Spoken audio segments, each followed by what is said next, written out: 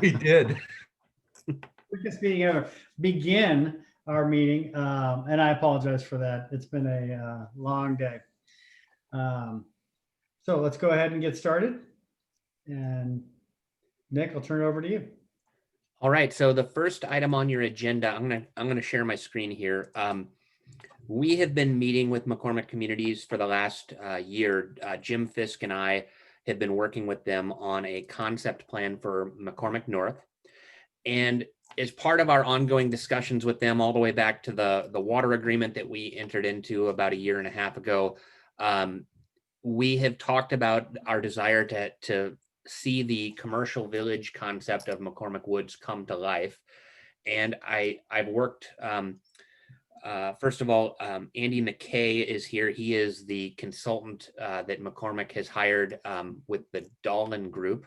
And so I've worked with Andy on several iterations of this plan. And I think this most recent meeting that we had about a week and a half ago with Jim Fisk and I, we both looked at the plan and, you know, it felt like things were kind of clicking into place. And we felt like this would be worth bringing to the Land Use Committee for discussion because we like the plan. It doesn't exactly fit what our code requires at this time, but we believe that it's enough of a refined concept to where we might want to move forward and possibly adopt this as a sub-area plan in our comprehensive plan and pave the way for this concept to move forward in the form that is shown here. So I wanted to turn this over to Andy to maybe kind of walk through the thinking behind the design and the product types that are included, and then have the Land Use Committee discuss the possibility. And what I would envision here would be to follow the example we used for the Ruby Creek sub-area plan, have a couple of public meetings. I think McCormick has offered to host some meetings with the HOA to involve the constituents there. But basically to follow the template that we created for the Ruby Creek area. This is a much smaller area and is less complicated. So it's probably a plan that's half the length.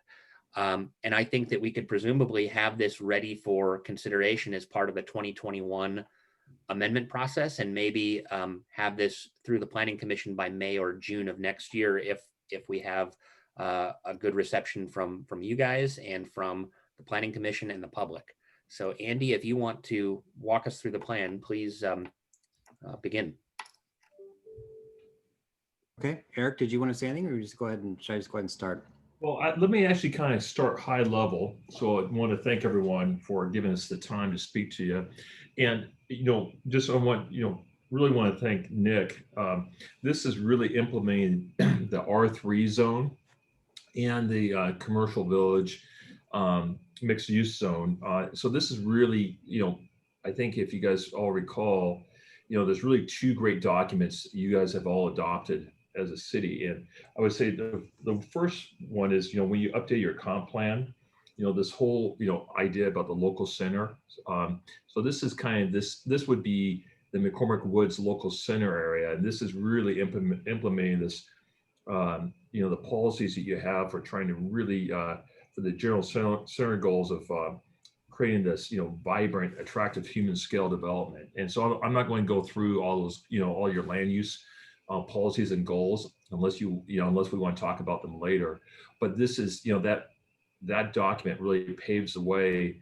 And then you had the R3 zoning template. So what's great is you already have, you know, you guys did the hard work of a lot of the visioning for this, and this is just implementing those policies in that zoning code. A couple of nuances, and then I'll let Andy go forward. The commercial village little node.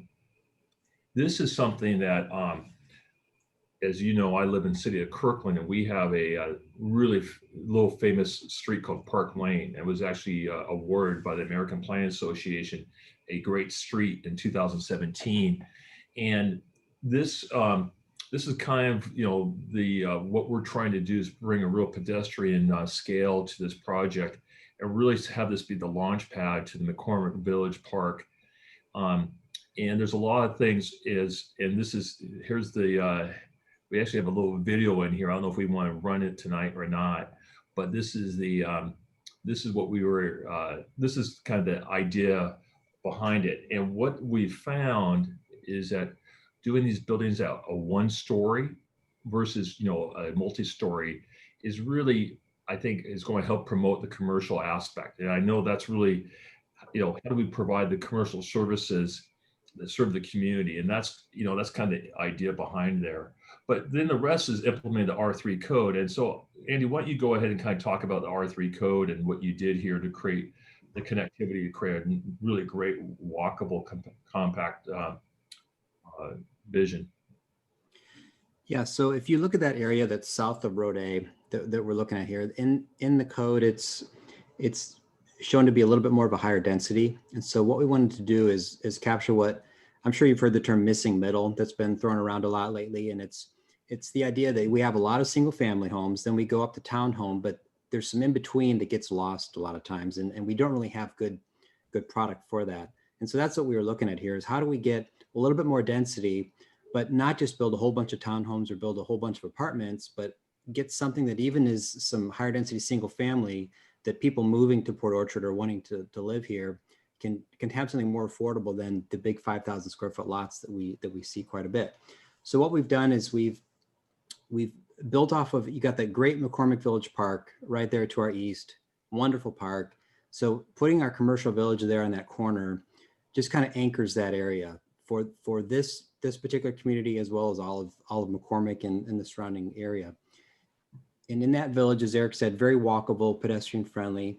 And then we created a street system that you can kind of see we highlighted with the trees throughout this entire area, that just a standard public street.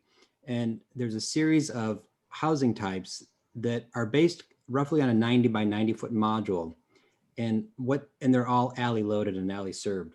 So what that allows us to do is we have this great pedestrian street with no driveways on it, and like you typically see in a single family subdivision. So you can walk it and you're looking all at front doors and porches, and without all the curb cuts that you would typically see along that. If you want to zoom in, Nick, kind of in that lower area there. Yeah. So there's one group called what we're calling small lot single family. And if you look at those are single family homes with a detached garage served off an alley. And these are just smaller than our typical, a little bit more affordable, but you're still getting a single family home and a yard. And that works if three of them creates one of those 90 foot by 90 foot modules we had talked about.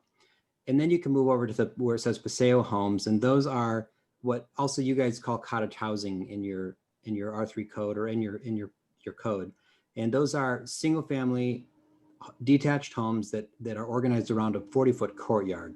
So you get a great public open space element, and then your garage is you walk over to your garage in the back. But really, really great product type that's a single family home, but again, very affordable. And then we can up the density, and what we're kind of calling courtyard homes now. And what those are a series of three flats that you can see 1, 2, 3 that kind of make that U shape with a public courtyard in the middle. And then there'd be another floor of those that stack on top of it. So you get some pretty good density, but you also have a building that's smaller in scale, and it would scale great on that street. And you don't have this big large 3-story building that sometimes you'd see like in a townhome scenario. So, but we get some density, we get some more affordability, but we still get a great look to the community. And then if we really wanted to up it a little bit more, we have a module for apartments and right there. And those are a series of 8 per floor. And those could be 2 or 3 stories. But again, it's just a smaller scale building. It's not a large apartment building with a concrete deck like we see. This is just another way to do that, where you can, that's more fitting with the community. So the idea here as well is that these modules could be adjusted throughout time as this project builds out, and as Port Orchard may change and McCormick may change, and we can add maybe more of a higher density or add more small lot single family. Whatever happens with the market, we can adapt it while keeping our street network and everything else in place. But overall, the idea here is we have a variety of housing types, a variety of price points, and a walkable community that takes advantage of a commercial area, takes advantage of the park nearby, and hopefully we'll just create a gem for this area. Let me add just 2 other quick things. Just a couple of nuances. Now, Andy was supposed to change this, instead of calling it urban park, but we'll call it urban park for the sake of it right now. But one of the things that we've really learned in our experience of being a mixed use developer is making sure we are able to get a lot more, getting the right southern light into these areas. So the commercial village, the reason why we put the urban park right there, that we're hoping to activate to create a lot more outdoor space. Because even our experience, even before COVID, really to make these, little no's really festive was to have great, outdoor space that has a lot more sunlight. So that's why that urban park is put there. So those buildings on the north side of the little Warner get more activity. Also, you'll notice, and we'll be working with Nick and his team, is this, unlike most apartment developments you've seen in the Port Orchard area, what we're doing here is creating this so it's really welcoming everyone into it. So it's creating a lot more vibrant. So instead of like your typical garden apartment, where it's basically you have the portal into the apartment and it's more or less telling everyone to stay out. These smaller courtyard homes and apartment buildings, these are kind of that mansion, the mansion apartments, they call it, not too much scale, but this is really creating the old connectivity street network, which is really synonymous with old Port Orchard. And that's kind of, when we look at the comp plan, it really says, hey, how do you protect the small town character of Port Orchard? And we're really trying to bring that back and having that continuous street grid that was, because if you really look at it, you'll see it really does bring back the old street grid, a lot more alleys, a lot more connectivity, a lot more places for pedestrians to cut through and have easier access. And, and hopefully sometime in the future, a lot more walkability to when the school ever builds to the west. So that's kind of our high level presentation. So. And I wanted to chime in too on that urban plaza that you mentioned. I'm going to share. I think most everyone here from Port Orchard is familiar with Paulsbo, but they did some live work units off of a similar concept in the Paulsbo Place development, where they have kind of that public plaza space along with some live work that's right out to the street. And so I see some similarities between this and the plaza on. Let me go back to the drawing here. On this urban plaza, they've got these units coming right out here to the park. So I think you've got the ability to do something flexible in the live work realm. I also wanted to point out to the north of Road A, the area to the upper left is the first division of McCormick Village. And that is nearing final plat. I believe that that'll be coming to the city council sometime in the next couple of months. And this is built, the roads are in, they're just putting the finishing touches on that area now. And then on the east side of the detention basin, this area is part of an existing entitlement that has, they just went through the minor plat modification to align the layout. So what's shown here to the north of Road A is already in the works. And I believe that if it hasn't come in for a site development permit yet, it's going to be submitted very soon. And I believe that's one of the next things that's going to be worked on at McCormick North.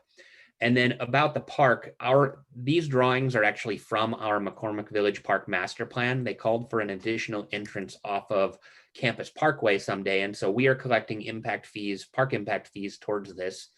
And the idea of creating this entrance, you see there's some diagonal parking off of Campus Parkway. We really are creating an additional access and an additional area of the park that isn't present today. The critical area buffers are a little bit different today than they were when that plan was written, but I believe there still is room to do something on this side of the park to tie it into the commercial neighborhood. So you also see the roundabout here. This Campus Parkway roundabout is in for, they just turned it in with a final set of revisions. And so we're getting pretty close to approving those permits. And that is something that McCormick Communities is building to serve this McCormick North area and will likely be built in 2021. So I think that's the overview. I'm curious to hear what my elected officials think about this and any feedback that you have. Also, Andy is going to do a few revisions. We suggested aligning this alley here with the road across the street. So there's a few minor tweaks that we're going to do, I think, to the concept plan. But the way that this main road goes through the development and provides a really nice streetscape, I think, is something that we really liked. It does require that Old Clifton become kind of the back of the neighborhood rather than the front of the neighborhood. But if you drive down Old Clifton, you know that that's a 40-foot embankment on both sides in areas.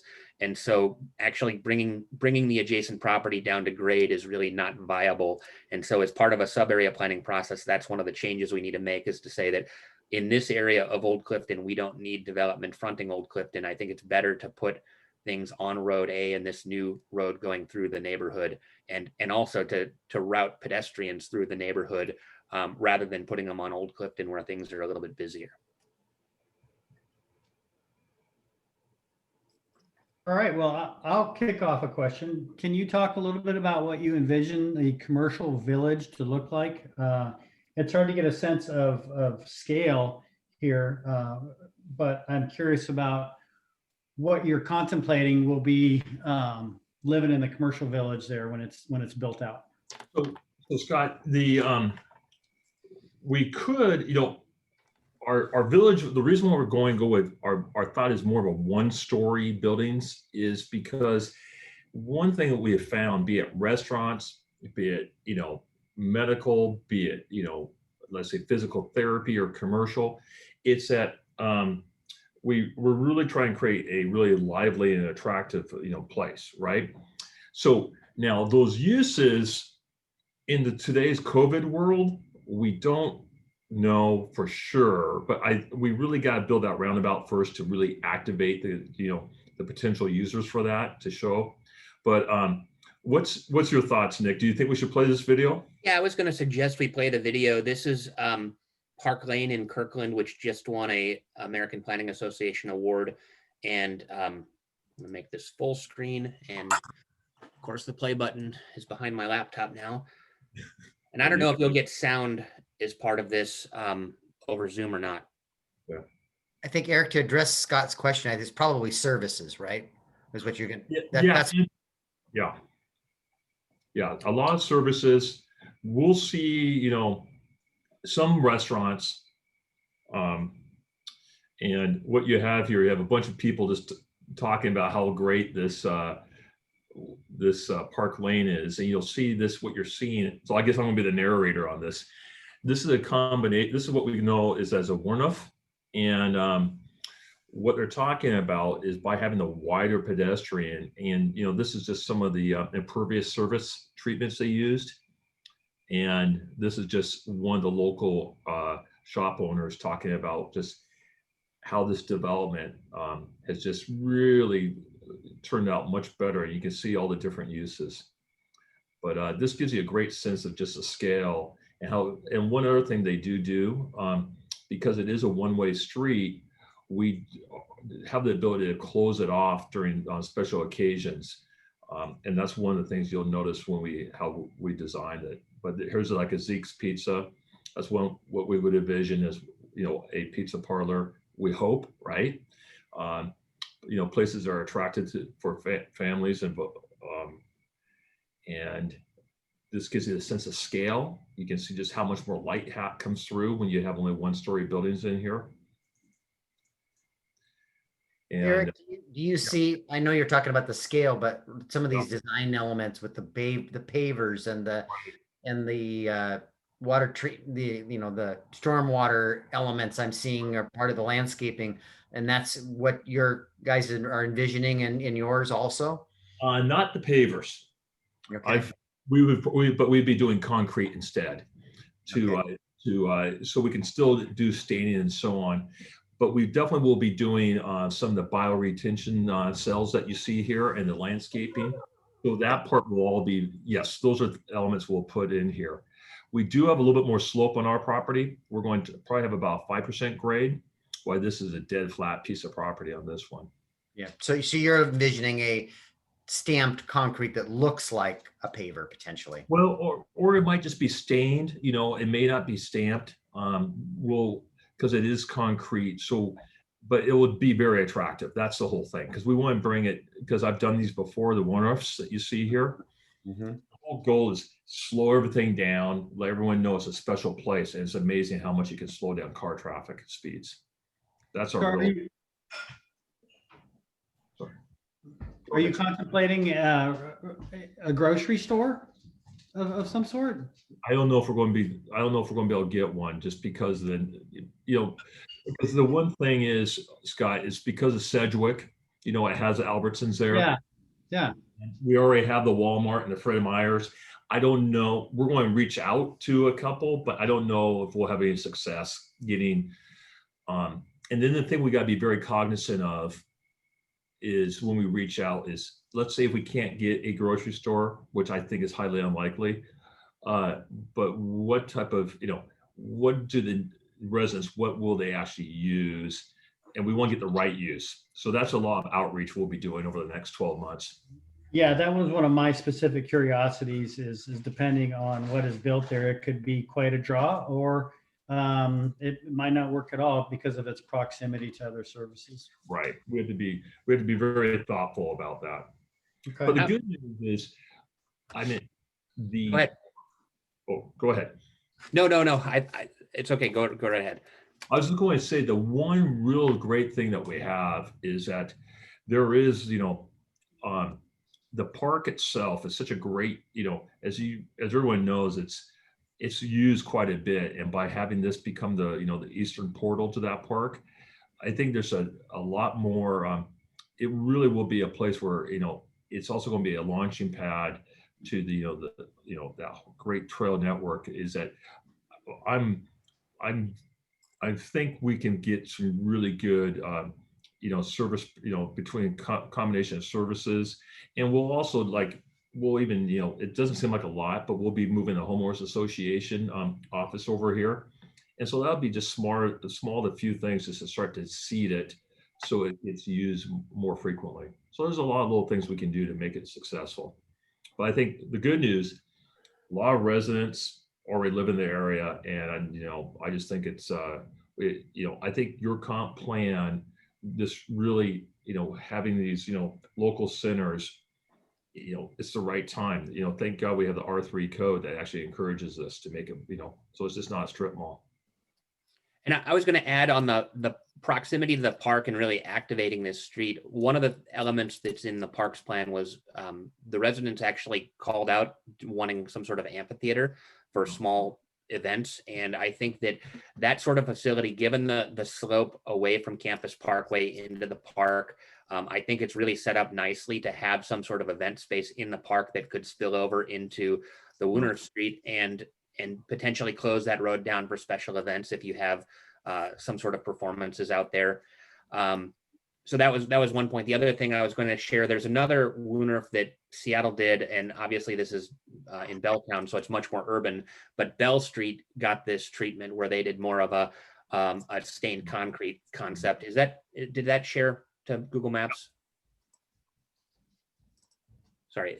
So anyway, they did the same concept with the infiltration galleries and the bump outs for parking, but it's they've got this dog park area here along the street. It's not nearly as activated as what is in Kirkland, but in terms of design and finishes, it's still really nice. It just doesn't have the right storefronts along that street. Oops. All right. Did any other?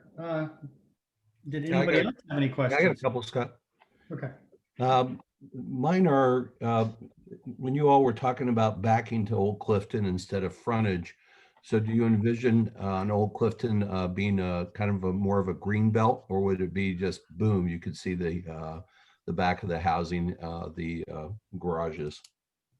Hey Jay, we're purposely setting those back, so we're trying to preserve, between the edge of right of way and the alley access is about 40 foot of trees being remained. That's what we're proposing now. So that'd be a little bit better look there right now than what we're seeing on with Plat A up in McCormick Woods. Well, Which is much of a setback. in McCormick Woods is we've saved a lot of trees. The only part that you're not seeing is unfortunately is that detention pond area that was opened up. So Okay, that was one. Second of all, one of the issues that I found in McCormick Woods has been that the number of, is there enough parking into this design? Because I've been surprised with the number of people in McCormick Woods that have 2 to 3 plus cars. And that's, I can just see all, with the density, do we have enough, where are all the cars going that people will bring? Because as much as I like to say it's going to be a walkable community, people still have to get somewhere. We're not, this is not a downtown setting. right. So I would, okay, I go would, ahead. I was going to say this road, and I'm going to go back to the concept plan. I had a comment about your first question as well, but this main road running through the neighborhood, because there are no driveways, that is a continuous area where you can have on-street parking. And so you have a huge amount of on-street parking. I would propose in the sub-area plan that we actually look at this area as a whole and come up with a parking standard for the area, and whether it's off-site parking, on-site parking, let's lump it all together, because so much of the parking is going to be shared based on this configuration where you don't have front-loaded driveways. By putting the garages in back and not interrupting the curb, you really are adding a huge capacity for on-street parking. Plus, they're adding a significant amount of parking along old Campus Parkway as part of the park facility here. I think that Road A also has potential because they haven't built the eastern portion of Road A. If on-street parking was needed along the south side of Road A, that would also be a possibility for addressing that. But I think we need to study the parking issue a little bit more holistically in the context of the total build out of the area. And just real quick, I really like the plan. I love the density that we're getting. I mean, for seeing this for the first time, it's like, wow. Just to let you know that, I think it's the Strathmore up in McCormick Woods where they have the parking alleys or the alleys behind the houses. That's a really nice, I think this is very similar to that from the design. My last question was, how many number of stores would you envision? Because, when you mentioned, that down at Sedgwick and stuff, there's a lot of people that are going to be coming into, off of Campus Parkway and McCormick North, et cetera, that I can see this as saying, gee, is this going to be enough stores to serve the area, much less what's coming down? Eventually, City of Bremerton's property will be developed also. So right now we're contemplating about 20,000 square feet. So it's quite a bit of of commercial. And what's really kind of what I like about the R3 plan, and maybe one change, I didn't contemplate this before, Nick, but when we do the sub area plan, when Nick was showing the live work area, is that we call those flex buildings, just like we showed at Paulsville. That really can enable us, if let's say demand was greater than we thought, is having that that can continue to be spaced as we go through. So maybe even as we go further to the west, we could continue if there was that demand. I doubt. I mean, it's such a tough call, right? I mean, you just don't know what the demand's going to be, for how much commercial. The good news, there's enough commercial to create great synergy, and we do know that's important. Now we just got to get the word out. Hopefully, land some really great, service and retailers. And Jay, I was going to pull up back to your question about Old Clifton and the trees. I mentioned earlier, this is the Campus Parkway gate where this roundabout will be constructed, but this big berm, there's some pretty, I mean, the area behind this berm is also pretty high in elevation.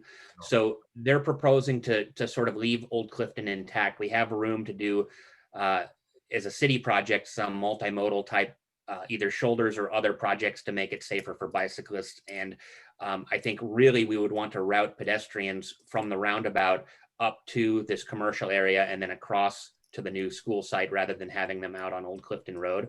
So Jim and I were initially talking and thinking about, well, do we want some sort of improvements out on Old Clifton?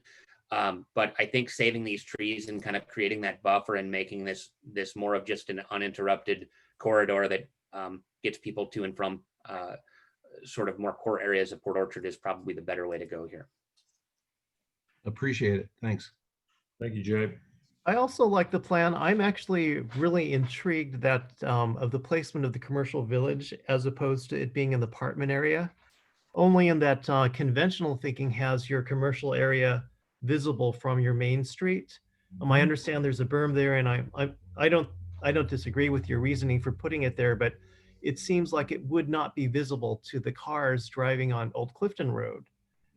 Would it be in effect making it sort of a secret commercial village or something? Or Well, Fred, it's interesting because it's really, you think about Gig Harbor and their more, recent development off, I'm going to forget the street, but where they put all their roundabouts. It's not dissimilar to that, is that it is one of those things that, you may not, you don't recognize it if you're just passing by, but once you know it, it's going to be not necessarily secret, but it's going to be a lot more pedestrian focused because, is that what we're trying to do is we want it to be a place upon arrival that's safe and slow down speeds, and that's the reason for being pulled off that roundabout, because you really need. I like it. I think it changes what the types of businesses you'll have there. Obviously, you're not going for a gas station on the street corner, and I like that. I think it's certainly more livable that way. It just seemed a little counterintuitive because everyone else seems to want visibility from the highway, and this is not. How big are the small lot single family? Those are 30 by 90. Those are 2,700 square Wow. foot. Okay. No, I think that's I think it's I really like this. I wish we had it already. Well, this is the great thing that I was telling Nick. Is this the great experiment, right? Because you've implemented the R3 code. I mean, you adopted it. Now we give you the test model. And if we do a great job, I think it will serve well the rest of the city of Port Orchard as you guys go to redevelop in the other parts. What's the timeline on this? So the comprehensive plan, because this is going to require some tweaks to the regulations, what I would propose to do is to adopt a sub-area plan and bring that through the Planning Commission process between now and next June. Most of the work on this is already done because of what Andy has drawn up. He's going to amend some graphics for us, but the goals and policies for this area, I don't imagine to be greatly different from what we found in Ruby Creek. So I'm kind of using the Ruby Creek model as a starting point, and then we'll check in with the community and see what other priorities may exist or may need to be recognized in the plan. But the way that I'm envisioning this working is we're going to we would implement the plan by creating an overlay district. And we're actually just going to identify those sections of our code which don't apply to this development and clearly say that the development of this area has to be generally consistent with this comp plan. So the developer would come in with a new subdivision application for this area to create this lot layout and this the number of lots and units. And we would really be looking to the concept plan and the comp plan, as well as the development regulations, which have been sort of trimmed to fit what it is that we are proposing here. So we may, I mentioned that Old Clifton is becoming more of a back door to the neighborhood rather than the front porch. Right now, this is a landscape street in our design standard. So we're going to need to identify that the landscape street standards don't apply here because we don't actually want development facing this road.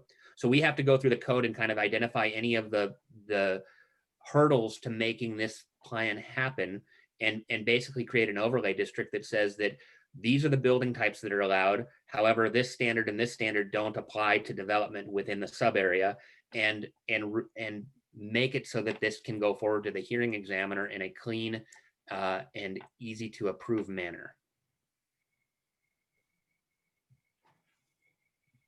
If that makes sense. Yeah, that makes perfect sense. I was just kind of curious as to future, quite frankly, on what does it look like from a build out perspective and moving forward. Yeah, and well, so once the plan is adopted, McCormick Communities can apply for the preliminary subdivision. That's usually a 90 day to 180 day process. State law says we have to have it done in 120 days, but inevitably there are revisions or other things that come up and tend to slow things down. But if everything went perfectly, maybe 90 or 120 days for the preliminary plat approval. So then by the spring of 2022, they could apply for their first construction permits on this area, if that made sense in terms of their phasing. No. Nick, could this be integrated into the modification for the existing preliminary plat? It would be a major amendment if it was, I think. Which we're going to have to do anyways, probably.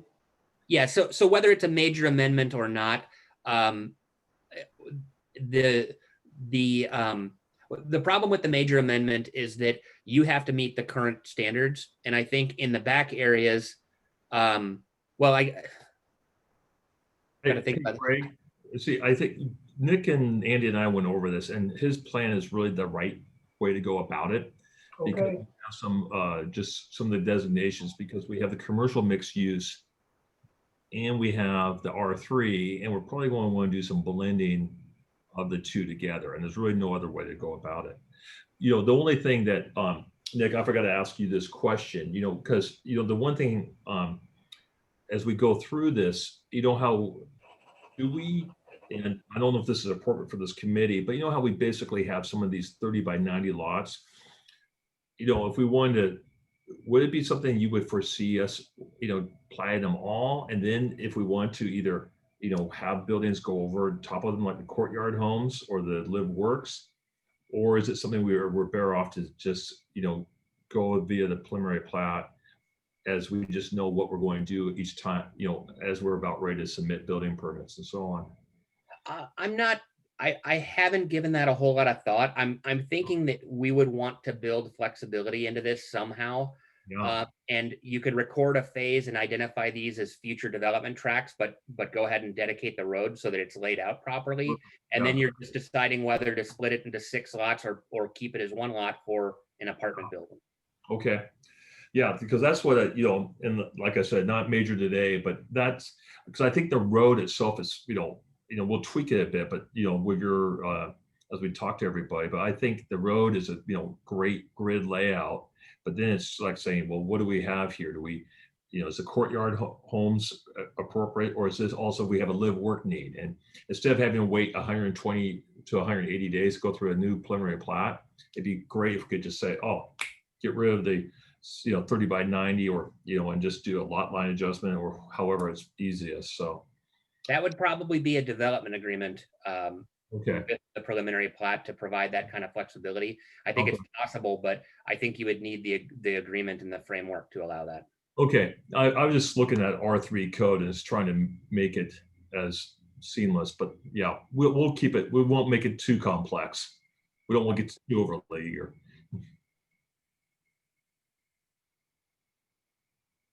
All right, Nick, did you have anything else? Not on this topic, no. Okay, well, thank you for everyone's time. Thank you, Scott. And thanks, Thanks, gentlemen. Appreciate you coming, presenting. It looks great. I'm with some of the other sentiment. This kind of development can't happen fast enough. We'll do our best with Nick to make it. It's just too bad we don't have that much work for Nick right now. Thanks. It was great. Okay, see you guys later. Bye-bye. Thank you. All right. Okay, item number 2, adoption of ICC code. And I think there was an additional email that was sent out by Terry talking about the proposed changes and red line changes for ICC. Yeah, and I apologize that went out late. I was up working late on that last night, and Terry got it out to you, I think, first thing this morning. So I want to start, I'm going to share a screen just showing how our municipal code is currently structured. And first of all, we are required to update the building codes to the newest version by February 1st, 2021. So we have a little less than 60 days to finish this up. I've been working on it for about 4 months, but this year has been incredibly busy. And so this is, and plus with John Robinson's retirement and not hiring a building official yet, it has made this has fallen more on my shoulders because I'm going to have to live with this going forward, and John is on his way out. So the code as it's currently written is strangely broken into 2 chapters. You have 20.200, and then you have 20.204, which is the fire prevention code. But when you look at 20.200, we actually adopt the fire code here under section 5 and then refer to 20.204, which is something that no other jurisdictions do. So one of the objectives that I have for this code update is that we need to bring the fire code and the building code into one chapter. We'll have the one applicability, we'll have the enforcement provisions, and they'll all be the same whether you're talking about fire code or building codes. Our fire code is unique because, number one, we have a contract, an interlocal agreement that we updated a couple of years ago, but we contract out the fire code services currently. And as you are aware, the 2021-22 budget included a building official position that would also be a fire code authority. And so we are going to begin reviewing this fire code, the fire code requirements in-house. And so the whole fire code needs to be revamped to recognize that the city of Port Orchard is taking over this role. But unfortunately, the February 1st deadline is a little bit sooner than we are likely to have that position filled. So there's going to be a little bit of a lag time between when we adopt our codes and when we actually have the personnel in place. And so it's very complicated. We're also potentially going to have to amend the existing interlocal agreement at some point in the future. But the real reason I wanted to have a meeting today with this committee was because we have a lot of old provisions in our code that I don't believe are particularly relevant anymore. We have some conflicts in our code between the fire code and the building codes.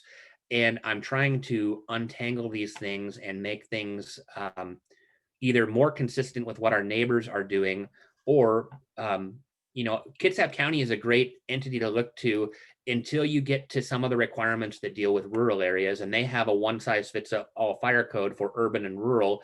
And in some cases, they have requirements because they're dealing with rural areas that are very different than Port Orchard. But I think generally what the approach that the county has taken is a pretty good one. I did want to point out before I go to the red line document I sent this morning, I wanted to go to a section of code, and I have to. I'm gonna do a word search here real quick. Oops. Well, I'm not seeing it. Anyway, one of the strange things about our fire code is the way that we've amended our code.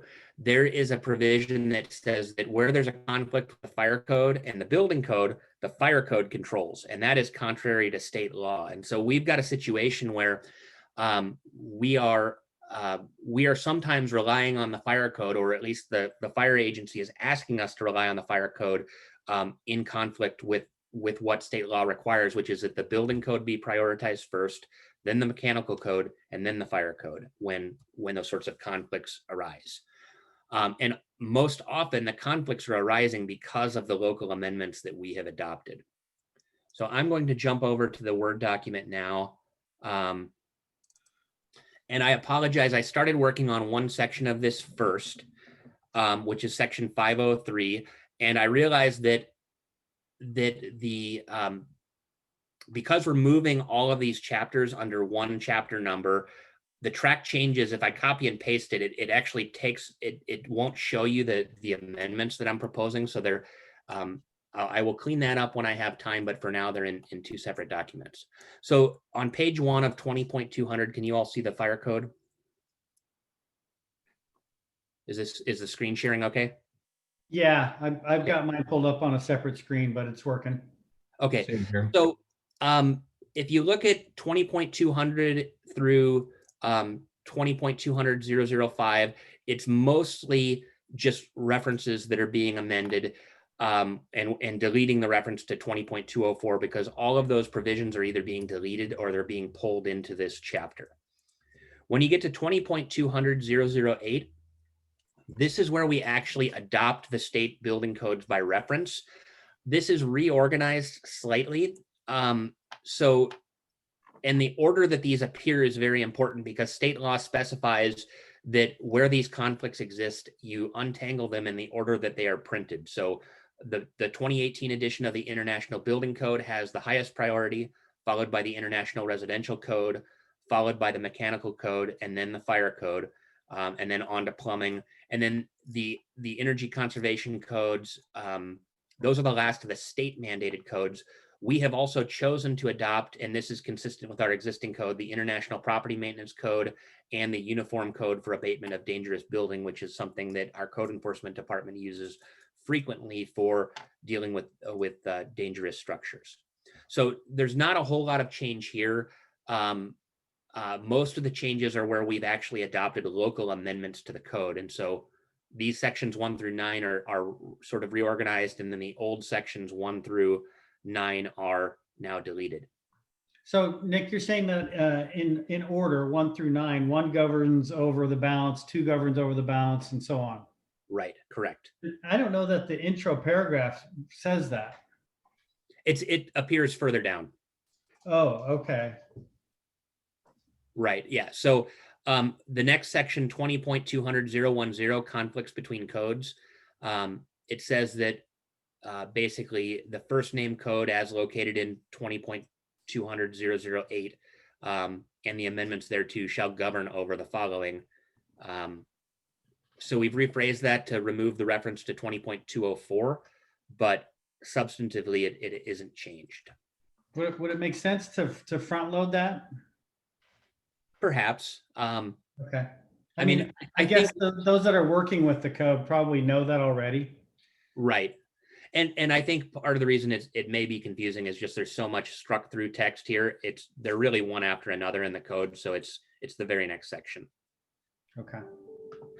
So then after we untangle the conflicts, then we get into our local amendments and we amend each code under its own section number. So section 20.200.012, these are the local amendments to the building code. And we have a building official on contract, that's Code Pros, Mike Barth, who was a former county building official and then started his own building inspection company. So I've been consulting with him as well as the city attorney on a lot of these things, and he's given me a lot of really good insight on this. One of the issues that we've had for as long as I've been here is what happens in a change of occupancy. And currently, section 109, which is about 2 pages down, is how we have amended the code to require occupancy permits for changes of use. But what Mike has recommended is that we adopt an amended section 105 instead. And so when you have shell buildings where you have tenants coming and going, strip malls and things of that sort, there is an exception for mini storage.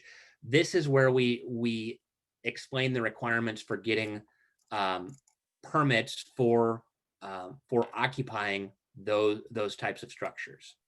So this is actually very similar to what the county has adopted. We had just been going in a different direction all of this time. And so we are proposing to add these amendments to section 105, but then to take away the corresponding amendments that we previously had in section 109, which is a few pages down. The next section that we are talking about is IBC section 105.2, which is work exempt from permits. And we have always had one amendment here, and that is concerning fence height. The base language in the IBC says that you don't need a permit to build a fence up to 7 feet in height.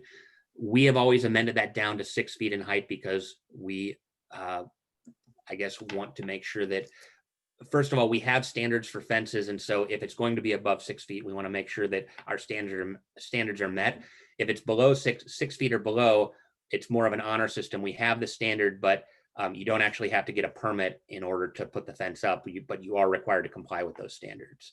So that's remaining unchanged, but that I just wanted to highlight that as the reason that this whole section is listed in our code is to amend the fence height exemption. Additionally, under 105.5, this is for building permit expiration. We have always had code language that said that when you're doing site development work and you have a building permit, the expiration of the building permit becomes coupled with the site development. So that way you don't have to come in and ask for extension after extension while your project is ongoing, because building permits expire in 6 months unless you call for an inspection. So basically we had some incorrect references in this section before. It referred to a site development activity permit, which is what the county has, not our permit, which is the stormwater drainage permit and the land disturbing activity permit. So that section was just rewritten to better align with our other sections of code. Then, as I mentioned above, on the shell buildings, we're deleting the amendments to section 109. 109 is still in our code. It just is in our code unamended, so it doesn't need to specifically be called out here.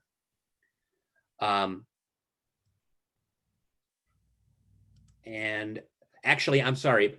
When I said 105 is replacing 111, 109 is a whole nother issue that I wanted to get. This is one of the areas where I'm looking for land use committee input.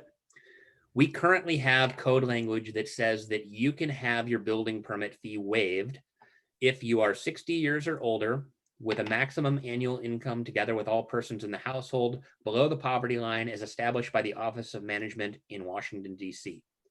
That's not a statistical agency that I'm aware of, first of all. Also, I don't know that we want the building department to be in the position of asking for income records for somebody to prove that they don't have to pay a permit fee.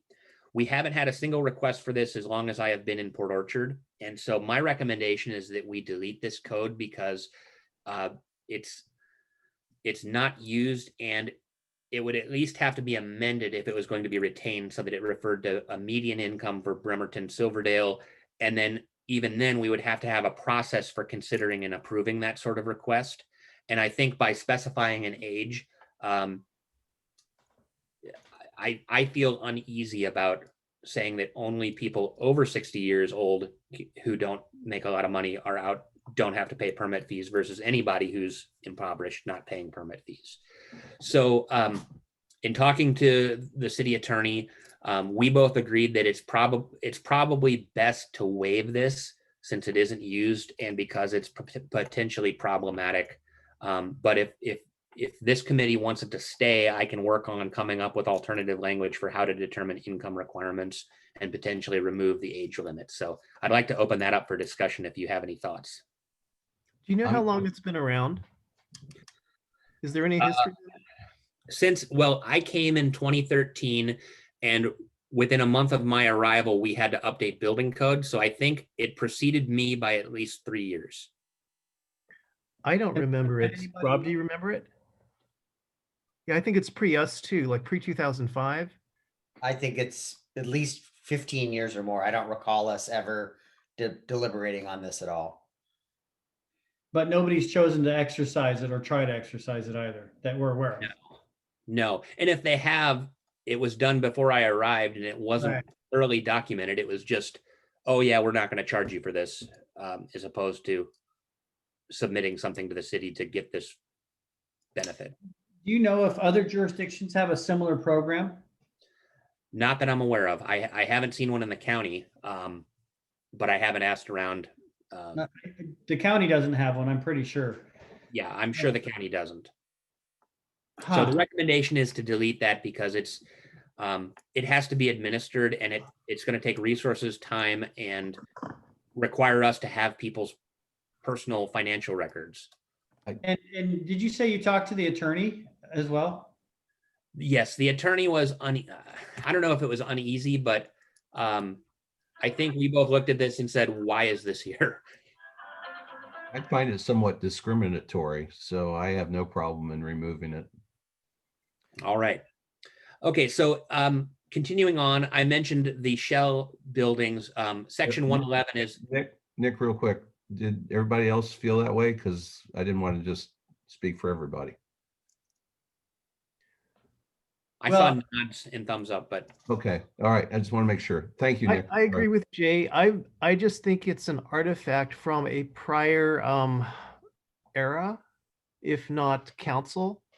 I'm just curious, like why they even put it there and how they came up with it. It was probably when the city was not even 10,000 or I don't know, 8,000 population. Or even 5,000. Yeah, I was Close thinking to that. Right. Did the attorney talk, was the attorney's unease about the gifting of staff time on this? Um, I, I, I think if you have a question about that, you should probably talk to her directly rather than discussing it in an open public meeting. Yeah, that's fine. I get that. All right. I'm cool with this as the initial recommendation. Sure. Okay. All right, so I wanted to move on to section 111. It looks like we're deleting section 111, but what we're doing is actually just using the default language in the state code. So we're just reverting back to what the state requires and deleting the requirement for certificates of occupancy when this says when you change a business name, you have to get a new certificate of occupancy. And so we're trying to move away from that model because it's very burdensome for us to continue processing certificates of occupancy when the occupancy classification isn't actually changing. So that's the end of the amendments to the building code. The next section is the International Residential Code. I've really changed the title. We have an existing amendment to the work that's exempt, and for whatever reason, the city of Port Orchard and several other cities on the peninsula have always exempted re-roofs. The re-roofs still have to conform to the code, but they don't require a permit or inspection. And so if we wanted to remove this exemption, we could revert back to the state code. My understanding is that there were people concerned about this on council 10 or 15 years ago, and it was a hot button issue. You know, I don't know if there's value to an owner to actually have their roofing company get a permit and have it inspected or not. The county has this exemption, and I think at least 2 of the 3 cities in Kitsap have this exemption as well. So I would ask whether this is something we want to delete or leave intact. I think leave intact. It's kind of a maintenance issue, really, is what people are approaching this as. Okay. Really. So then under section 105.2, our wind speed requirements for the area are different, and there were also a couple of boxes in the IRC that were not filled in concerning not being in hurricane prone areas, essentially. So I've just added the language to clean up that section. So the design wind speed, though, has increased for Port Orchard, and that's a state requirement, not a local. Well, this is actually a section we have to amend locally because the state gives us a table that we have to fill out based on our local conditions. So that's why all of these numbers are in here. Finally, we don't amend the mechanical code at all. So we're going to move on to the fire code. And this is where that second document is going to eventually come into play. So first of all, one of the challenges here is I have to first move the code from section 20.204 into this chapter and then begin redlining it. And so that's what I've tried to do here. I've renamed the title just to say that this is the fire code and will be referred to as this code. Currently, we have an interlocal agreement that states that the fire district handles operational permits, but if you can see where I've highlighted in section 105.6, they only handle certain operational permits. So while we've delegated all of our authority in the fire code to them, they don't actually do all of the work because they have selectively said, we're not going to issue these certain types of permits, which means we don't have anybody to issue those permits because the city of Port Orchard does not control its own fire code. So these amendments are simply being removed so that the fire code will revert to the standard state adopted language. Additionally, section 20.204 includes some modified definitions, and several of these terms don't even appear in the building code, and so they're not needed. Others appear because we have delegated this authority to South Kitsap Fire and Rescue, but because we're hiring a fire code official, we don't need the definition anymore because we are going to have somebody in our department who is the person listed. So this is one of the changes that will have to be followed with an amendment to the interlocal agreement. But the goal here, excuse me, the goal here is not have to amend the code twice. So there may be some lag. We're going to rely on Mike Barth, who is under contract with the city. He will be a consultant fire authority until we actually hire that position. And I don't think that's going to go outside the scope of our existing budget for building consultant services. The next section I've included here is an amendment to IFC Section 202. And I wanted to clarify that the fire code official is to be designated by resolution of the city council, similar to how we handle our code enforcement officer. And the reason for that is we also have a section in chapter 2 of our code that designates the fire authority, which is different than the fire code official. And so I want to make sure that there's no lack of clarity on who is doing what in regard to administering this code. The next amendment is IFC Section 308, and previously there was a definition of sky lantern in our code. That definition is actually already in the definitions chapter of the IFC, and so I'm just deleting the redundancy. I kind of questioned why we were regulating sky lanterns in this way, because the sale or distribution of sky lanterns doesn't seem to me to be a fire code issue. It seems to be a land use issue. But then I realized in talking to my counterpart at Kitsap County that the fireworks stands actually were selling these. And so this relates to operational permits for fireworks stands and not allowing them to sell the sky lanterns, which are apparently a big fire risk because you're sending a flaming balloon into the sky, and where it comes down, nobody knows, and nobody knows whether it will be extinguished when it comes down. So, so I was comfortable Really leaving. cool looking, Nick. Well, I agree. So, and also I think in some areas it may be a religious practice. And so, potentially there's an issue there, but I won't get into that.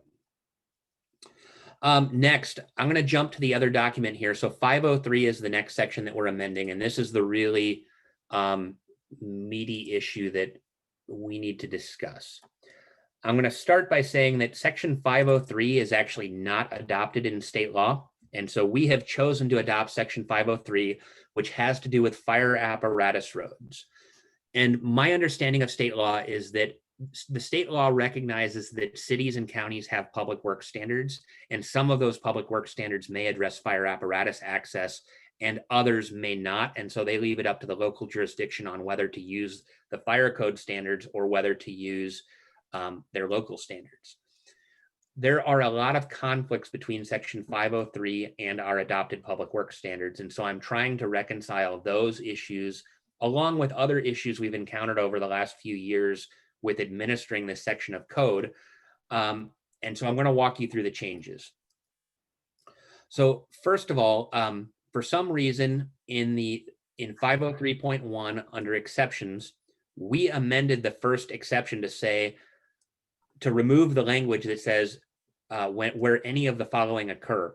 And so I think that this section could be interpreted that the fire code official is authorized to increase this dimension where all of these occur as opposed to where one of them occurs.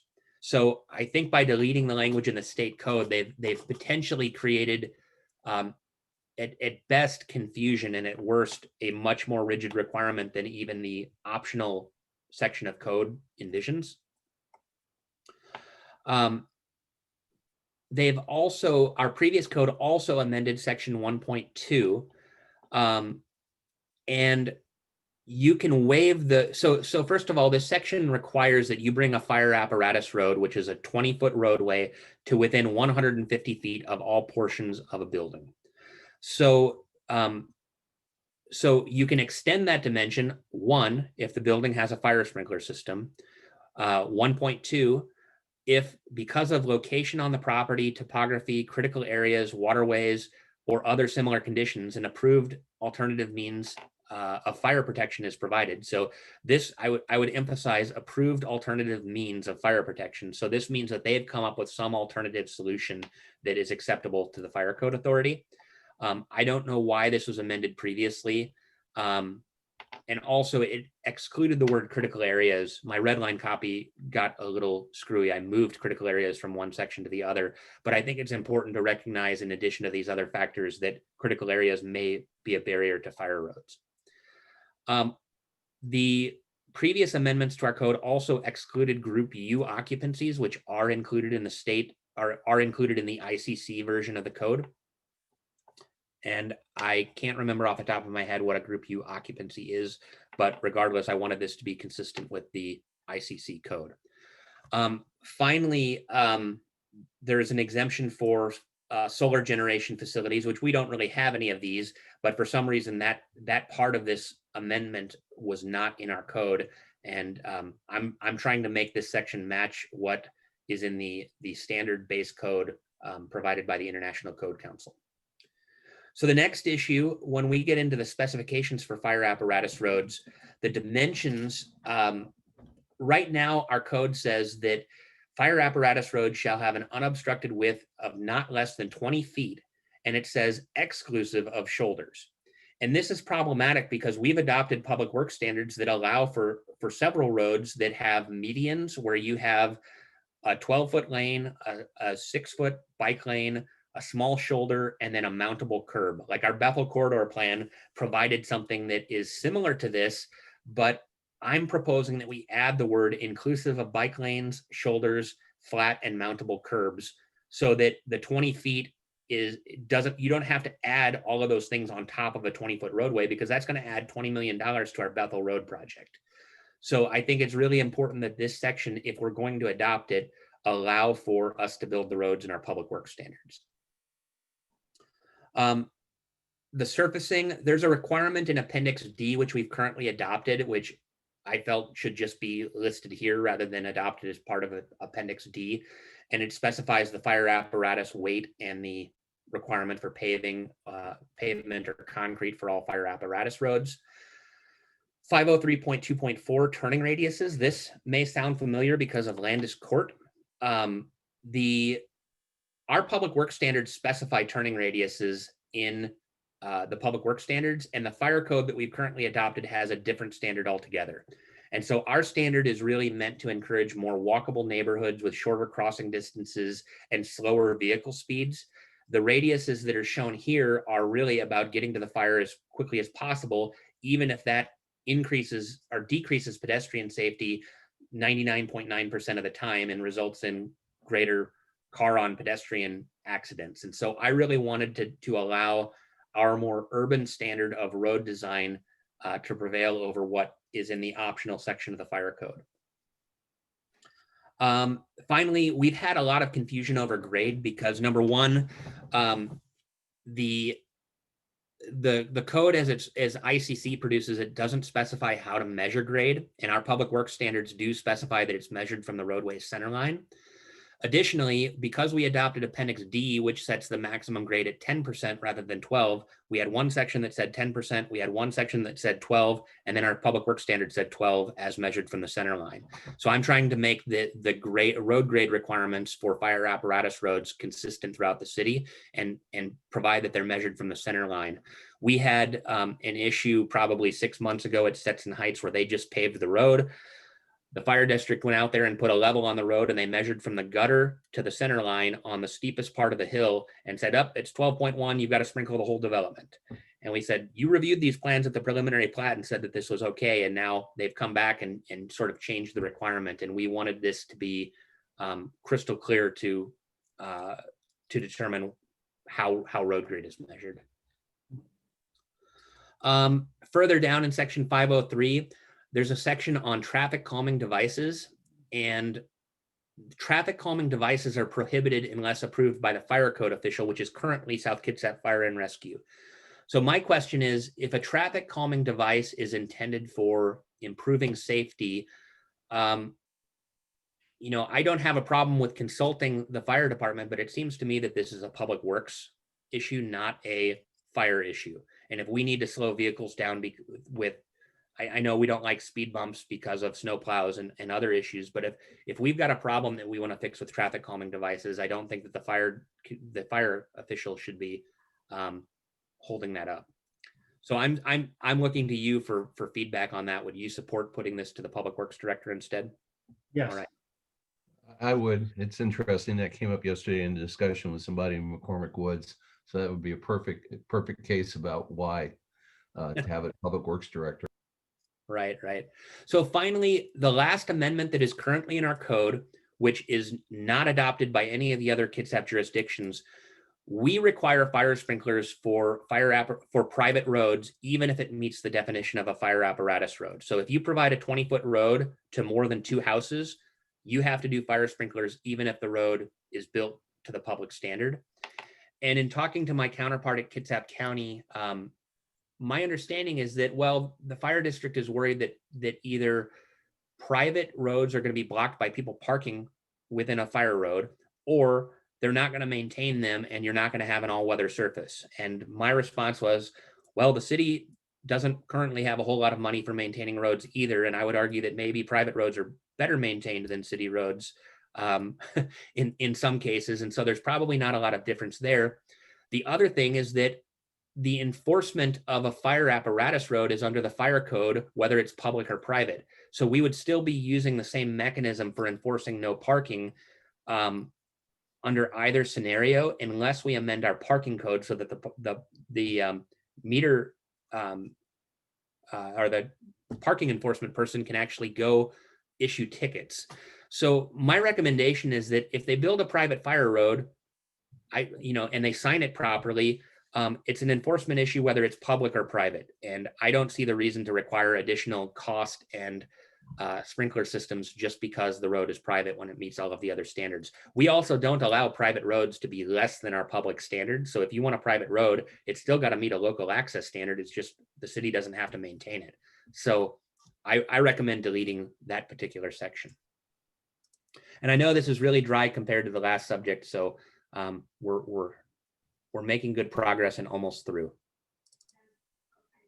Let me see here. I've got to switch back to the other document. All right, so after section 503, this is the other big change that we have currently adopted is in section 903. And we had a fire, I understand, back around the turn of the millennium and the century. And as a result of that fire, all of the cities in Kitsap County went and amended section 903 to reduce the square footage before fire sprinkler systems are required. And back then, the Uniform Building Code was much weaker on fire safety in terms of all the other requirements than it is today. And so this has remained unchanged for, I think, 17 or 18 years now. And when I read this, I don't understand why we've amended this or what the factual basis was behind this amendment, considering how much else has changed in the fire code. And so I'm questioning its value relative to the potential cost that it imposes on certain types of development, which all of these classifications, A is assembly, business, I think mercantile, and I believe S is storage. So we've reduced from 12,000 to 10,000 the requirement for fire sprinklers. And if we want to keep it in place, I'm not going to make a fuss about it. I'm just questioning why we're adding cost beyond what is required in state law. All of the other cities still have this language in Kitsap, but it's much less common throughout the rest of the state. So I'm wondering if we want to at least ask that this amendment be justified by the fire district as why this is still needed before we keep it in the code. But if that's not something that we want to take on, I mean, it's Nick, my recommendation was we're asking to change a lot of things. And I think we should put this in here and it's something we give on if they make a good case why to keep it in there. okay. I agree. That would be my recommendation. Don't break our pick on it, but let's propose changing it to what state law is. And if that's one, it's going to be a negotiation to change all of this code. Okay. All right. That sounds good to me. Finally, section 907, or we're getting close to the end, but 907, we've adopted an amendment in section 907 And hang on one second. I want to make sure I'm reading the right one here. This is another holdover from about 18 years ago where we're requiring a manual fire alarm system. The notes that I've provided here are actually, Mike Barth helped me prepare those.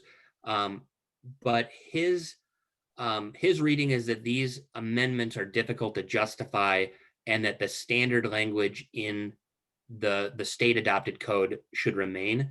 And I think there may actually be some conflict with this amendment and actually what the state law requires right now. So I'm going to bring that to fire again and say, what do you want to do about this particular section? And here's the issue, as Mike Barth has described. And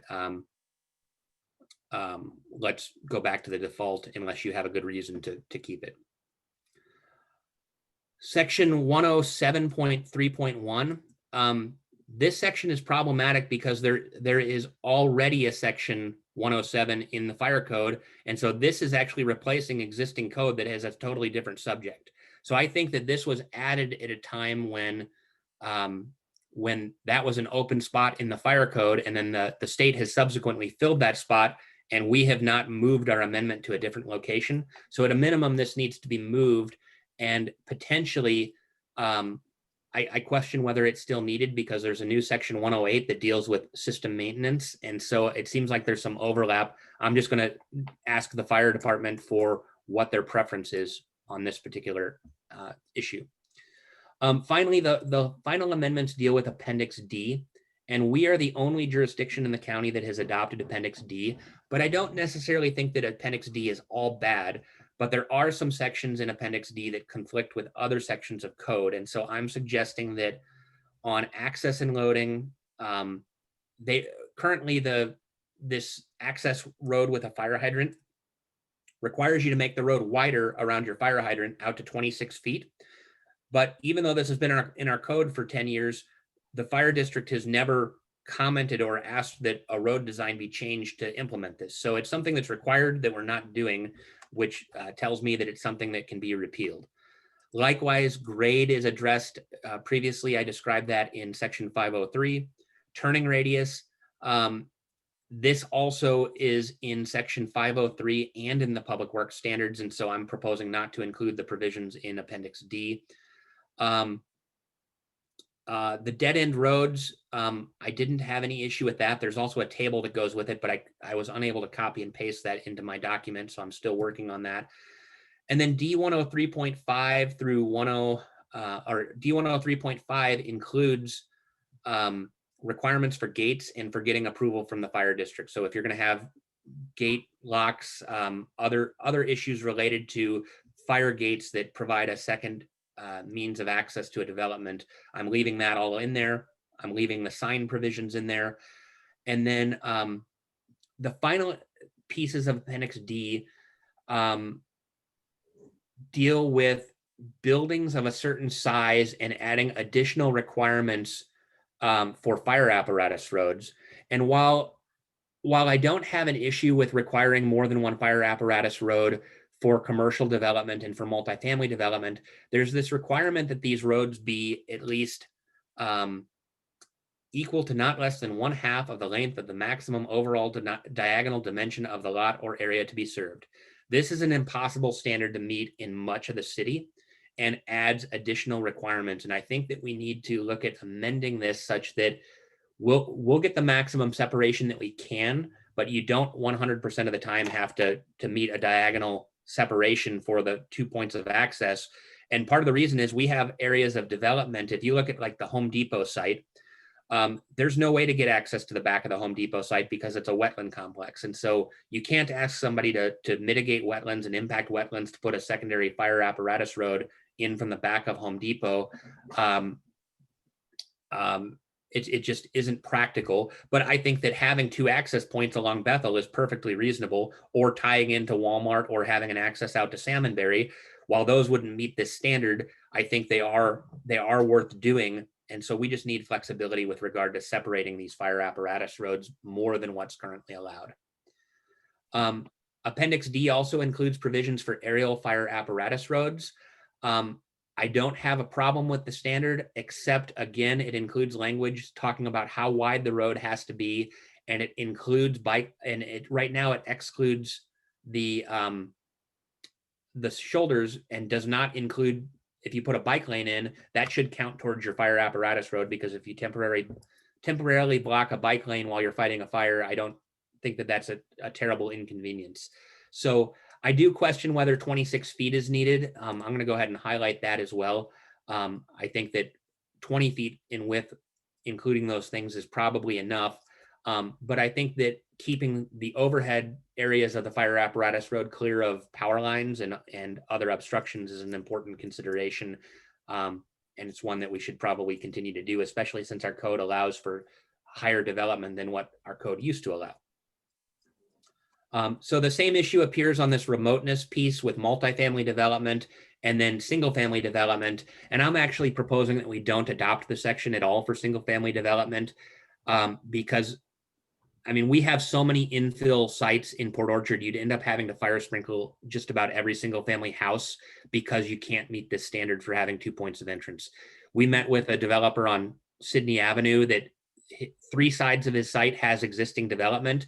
He can put 2 entrances on Sydney and do a loop connecting through his site, but it doesn't meet the separation requirement that fire wants. And as a result, you've added, $90,000 in cost to developing that housing. I don't think that we should be adding to housing costs in that way when you can do something that's functionally similar by having at least 2 points of access.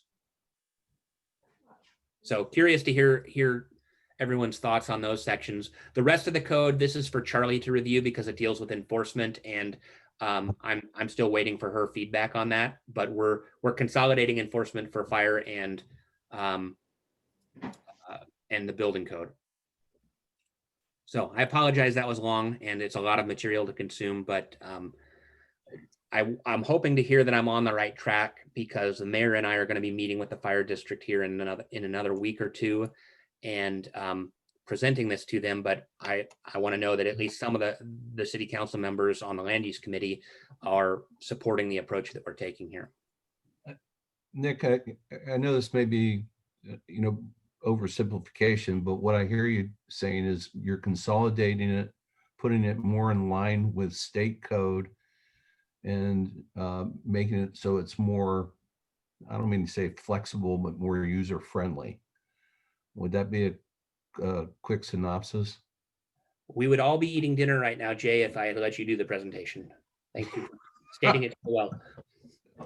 Yeah, I'm all in favor. This really sounds good, and it'll be great to read it in an online, version. I think asking the fire folks to defend portions of this is a good idea. Mm-hmm. So I'm also supportive of that. And obviously, if limited or no other jurisdictions are using such code, then there must be a good reason why it's been pulled away in the past.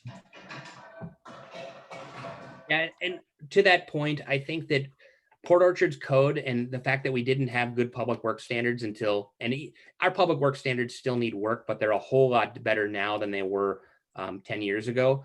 I think that this was kind of a catch-all safety net to ensure that we had minimum standards, but we've been so proactive recently in growing as a city and changing that I think some of this stuff isn't needed in the same way that it was 10 years ago. I'm happy with the direction you're headed. I look forward to the results of your conversations and what that means. Good approach. Yes, thank you. Thank you for looking at it all and trying to make sense of it. I have a feeling a lot of it was just cobbled together. If we're not careful though, in our approach with the fire district, we're going to bring this code forward, and then we're going to have, if we're ever meeting in person again, or whether it's in person or on Zoom, we're going to have a bunch of people from the fire department, claiming that we're making our city unsafe, and I don't think we are, but that's why Nick and I are agreeing to sit down with our consultant and the fire district, and they're going to bring Dave Lyman from the county is their representative. So we're He gonna. actually bowed out of this. He said he didn't want to get in the middle of this. I love it. I love it. Switzerland. All right. That was their suggestion to bring him. So, all right. So anyway, I'm just, they want sprinklers on everything. And on that note, I've heard that the fire district in Bremerton is proposing to require fire sprinklers in all single family houses. And so in that area, they're still making that push. And personally, if the state wants to make fire sprinklers a requirement and everybody does it, I don't have an issue with that. But right now it's adding cost locally to provide much needed housing that we have a shortage of. And, I think it needs to come from the state, not from jurisdictions locally. Well, and looking at this from the other side of the equation too, there's a housing affordability issue. And I know that people debate that with sprinkled homes and what that does to your insurance. But we also have to be careful that while we may have fire people lining up on one side, we might have development lining up on the other side, or people that want to promote affordable housing. Spot on, Scott. What does a sprinkler add to a cost? I don't have any idea. They say about 5,000, but it's probably a little more. The developers say about 10,000. The fire district says 2,000. So it's realistically somewhere in between. Okay. I thought it was like $1.50 to $2 a square foot. That's probably a good estimate. Yeah. Okay, well, thank you. Good work. Can't say I followed you 100% of the time, but I look forward to hearing how it turns out. Well, I'm way deeper into the subject matter than I intended to be, but I've learned a lot from this, and I hopefully when we hire a building official fire code authority, they will be happy with this work, and we're not tweaking things down the road. But I think we're in good hands with having Mike Barth help with the process. Is that his company, ProCode? Code Bros? Yeah. Yeah, okay.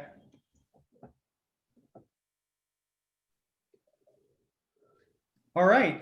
Anything else before we go to the last item? I've got one for the good of the order at the end. So, but Okay. please continue. All right, permit applications for November. It's in your packet, so I haven't actually looked at it yet. I didn't have any questions on it. Oh, I didn't have any questions on that either.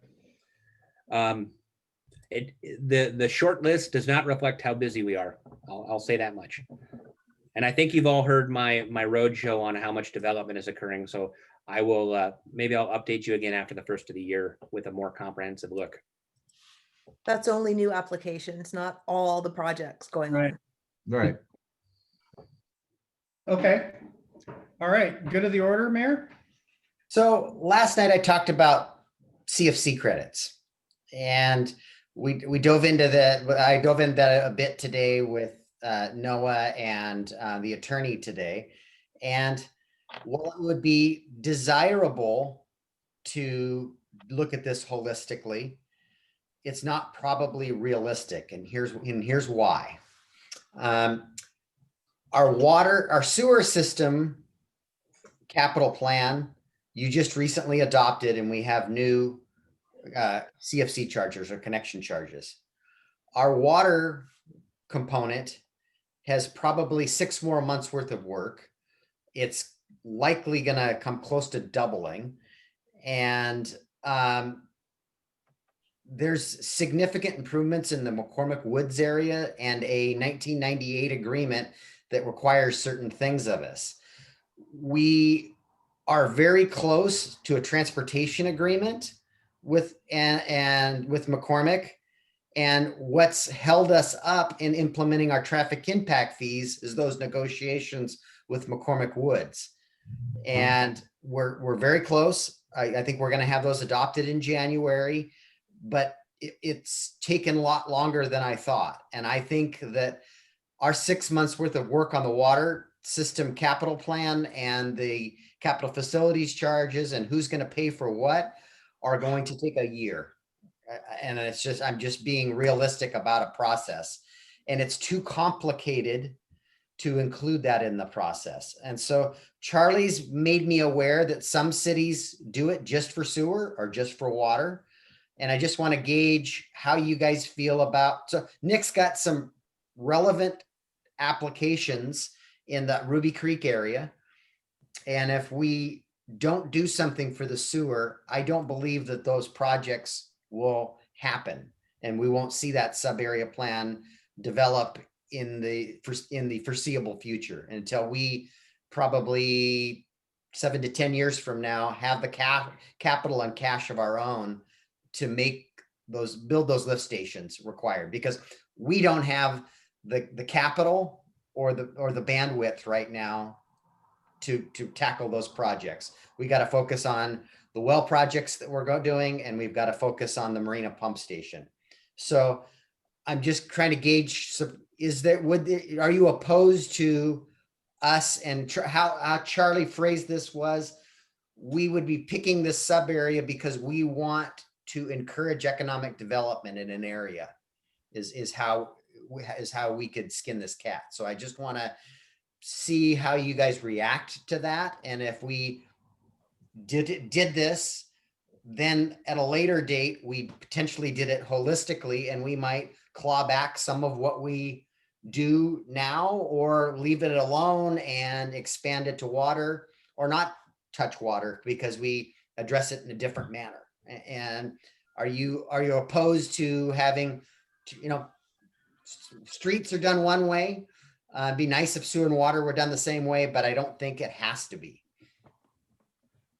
So what are your thoughts? I'm comfortable with what you suggest if it helps preserve the current rates for current ratepayers. John has a better way of saying it, but that's my main concern. Yeah, this is totally capital facilities charges. And what I'm going to propose is, and an example would be, I'm getting it out into, somebody has a 250 unit apartment building, and they're going to build a $2.5 million sewer lift station for us. Right now, they would get a $50,000 credit and pay $2 million to $1.8 million in connection charges and pay for the lift station and get $50,000 worth of credit. Okay. If they're going to build our $2.5 million piece of infrastructure, they should get credit for it up to the cost of the project. In the example I gave you, they would get credit at $1.8 million. They would be building $2.5 million worth of infrastructure. They likely are going to put a latecomers agreement out there for $700,000. Who knows whether or not they get paid from other developers. I think they're willing to make a $2.5 million investment as long as they get most of it back. But getting $50,000 back doesn't get us very far. I'm comfortable with pursuing this and looking at trying to get Ruby Creek going. I think that's an important model. Basically, Mayor, what you're saying is this would move development ahead. Yeah, And potentially in two areas that we aren't counting for in our cash flow analysis because they're future year projects. The Bravo Terrace development, which is a bunch of multifamily behind the hotel and the bank out there, and potentially the development on at Ruby Creek. And I think those are all multifamily type development. They're close to the freeway. They get us significant amount of traffic impact fees and water connections by us allowing some credits to be obtained on the sewer system. yeah, I don't, I'll speak at least, for myself and throw Cindy's name in there, but same thing that Fred has said, and that was, we're concerned about our existing ratepayers not being stuck with a bill as opposed to developers and people coming in paying for the services as they're needed. Yeah. And that's what I'm proposing is they build it. They're building our capital projects and it doesn't impact our ratepayers at all. Awesome. I think that's defensible. Okay. Thank you. Can I bring up an item for the good? I always forget to put something on an agenda because I don't think about it till after we're finished. And I think this is one that's going into next year, and that was Nick, you had proposed at one time talking about tree uh, removal is not the wrong Tree item. canopy, yeah. Canopy. Yeah, canopy. Is that something down the road, or is this something that we should be taking a look at shortly with the amount of development that's coming our way? If I don't have the capacity to look at it right now. We did have a meeting with the development community to follow up on where we left things over the summer. We need to close out a handful of projects before we can get back to that, as much as I think it's important. I've had my staff working long hours right now already, and just trying to come up for air. So No, I'm not disagreeing. I just don't want it to, fall off the wayside, and then, we look around and there's another bare piece of property there. right. Are we, Mayor, remind me, are we going to have another retreat at some point next year, or is that after COVID? I think it's going to be after. I don't know that a treat. And the direction I got from council was that the retreat would, at least the initial retreat we're probably going to have doesn't include staff. It was just myself and the council and the mayor. I see us having a retreat that involves staff in the following year, driving the budget, the next biennial budget process. I think the desire, at least what I sensed, was they wanted to do something more in the, what am I trying to say? Visioning. Thank you, Fred. Gotcha. So I was just wondering when I have to put together a work plan, because I'll try to work that in and figure out when I think other things are finishing up to where we can resume that effort. But And Nick, I'm not trying to decide your workload or stuff like that. It's just something that, as long as it's still on the list, even if it's number, 99 out of 100, it's sometimes, I forget about it. You and your staff are doing yeoman's work, and we can't acknowledge that enough. well, thank you, and feel free to remind me again in 3 months to check in on where we're at, because we will get there eventually. All right, anything else? Okay, it's 6:10. I want to apologize for being late. I was looking for the link in my Outlook calendar and I forgot that it's instead posted in the agenda. So apologize for being late. Stay All right. safe. Happy holidays. Thank you, everybody. You guys Bye-bye. next week. Bye. Yes, next week.